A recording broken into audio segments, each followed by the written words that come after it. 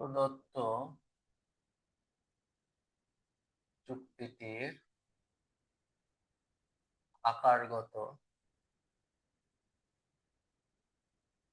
আকারগত প্রমাণ গঠন করো। প্রথমে রয়েছে ও এমপ্লাইজ কিউ। 2 নম্বরে রয়েছে পি এমপ্লাইজ কিউ এমপ্লাইজ আর। আমাকে বানাতে হবে কি, অতএব ও এমপ্লাইজ পি এমপ্লাইজ আর। এরকমই বানাতে হবে, রাইট? এরকম বানাতে হবে তো। তো মনে করো এখানে কি রয়েছে, এখানে রয়েছে 1 নম্বরে ও, এটাকে এক্সপোর্টেশন করো। যদি ও সত্য হয় তবে পি সত্য হলে কিউ সত্য হবে। তার মানে অ্যাকচুয়ালি দাঁড়াচ্ছে যে যদি ও এবং পি সত্য হয়, এর মানে কি দাঁড়াচ্ছে, এর মানে দাঁড়াচ্ছে যদি ও এবং পি সত্য হয় তবে কিউ সত্য হবে। এটা কি করলাম, 1 নম্বরকে এক্সপোর্টেশন করলাম। 1 নম্বরকে এক্সপোর্টেশন করলাম। আর এখানে দেখো, এইটাকে যদি আমি এক্সপোর্টেশন করি, 2 নম্বরকে যদি এক্সপোর্টেশন করি, যে পি সত্য হলে কিউ সত্য হলে আর সত্য হবে। তার মানে পি ডট কিউ যদি সত্য হয় তবেই কি হবে, আর সত্য হবে। এটা হচ্ছে 2 নম্বরের এক্সপোর্টেশন করলাম।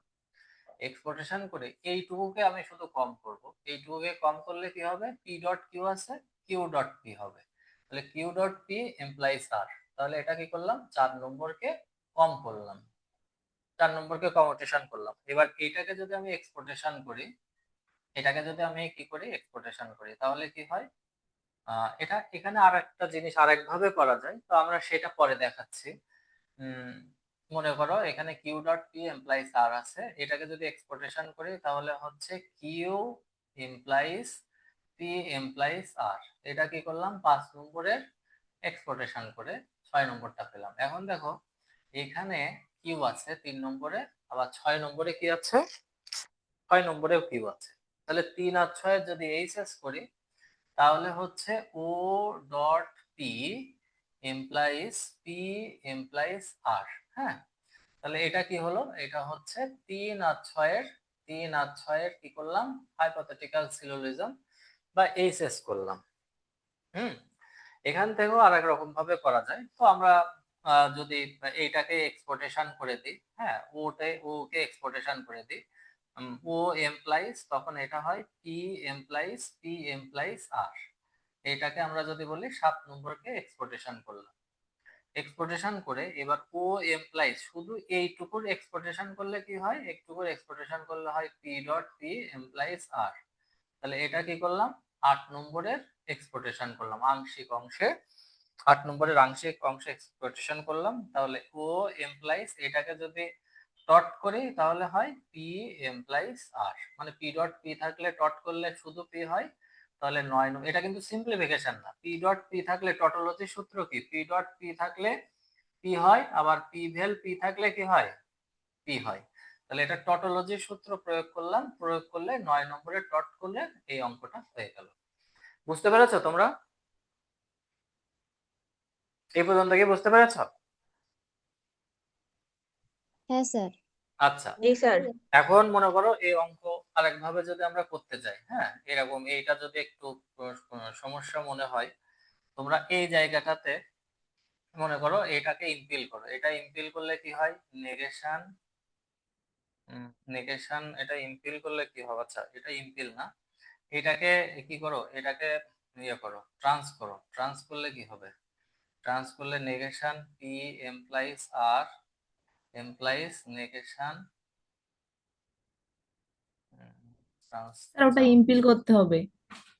হ্যাঁ, না না, ঠিক আছে, এটাকে ইমপিল করবো। হ্যাঁ, এটাকে যদি আমরা ইয়া করি, এটাকে যদি ট্রান্স করে, আচ্ছা তো এটাকে যদি ইমপিল করলে তো আর ভেল হয়ে যাবে। ভেল হয়ে গেলে তো আবার ইয়া, আমি আরো একটু সংক্ষেপে করতে চাচ্ছিলাম। প্রথমে 4 নম্বরের কম করলে, হুম হুম হুম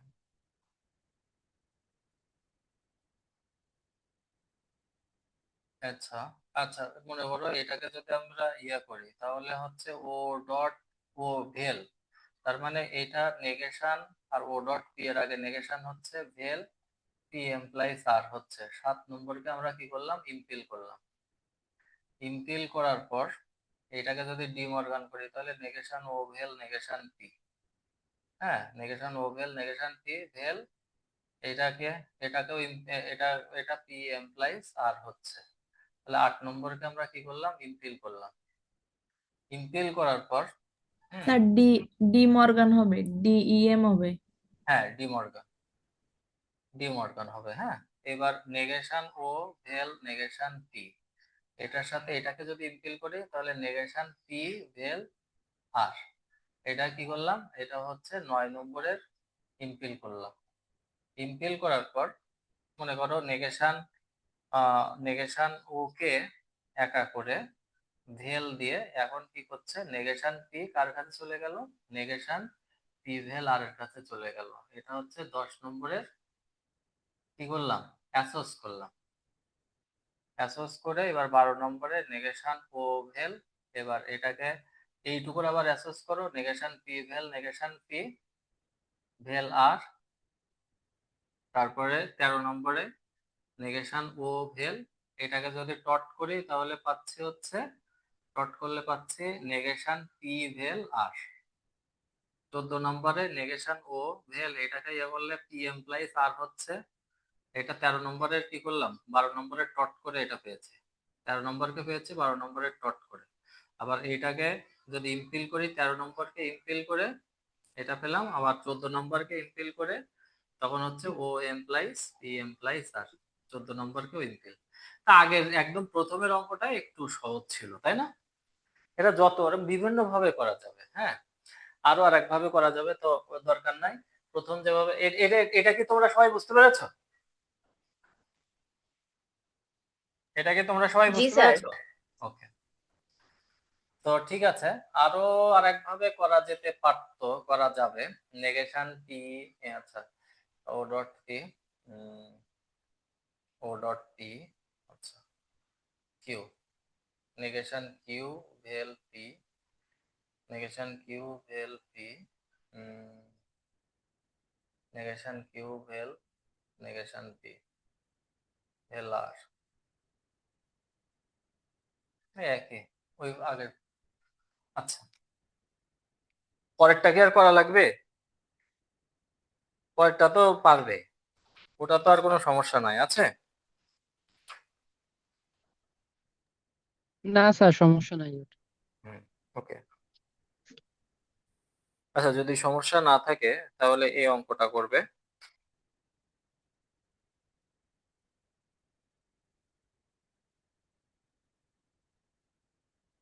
negation W vel X implies Y, X implies Y dot Z implies Y, তারপরে 2 নম্বরে W dot X vel Z অতএব ওয়াই। এটা করো, এটা করো।